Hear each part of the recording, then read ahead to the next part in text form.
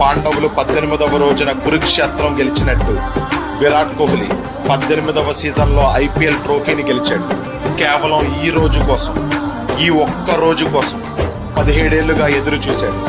17 ఏళ్లుగా అవమానాలు భరించాడు. 17 ఏళ్లుగా జట్టు కోసమే నిలబడ్డాడు. గెలుపు సింహాసనంపై విరాట్ పేరు రాయడానికి సమయం పట్టిందేమో గాని రాసిన రోజు ప్రపంచం దద్దరిల్లింది.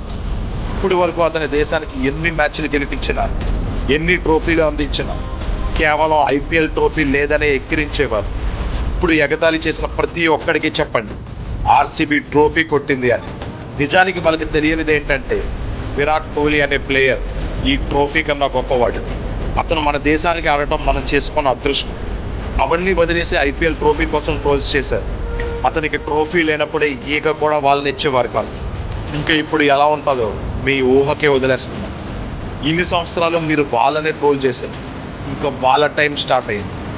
రేపటి నుంచి ఆర్సీబీ ఫ్యాన్స్ని మీరు చూడకూడదనుకున్నా కనిపిస్తారు, వినకూడదనుకున్నా వినిపిస్తారు. ఇది సెలబ్రేషన్ కాదు, రిడమ్షన్. రిప్లై కాదు, rule. Dear RCB, you truly deserve this trophy.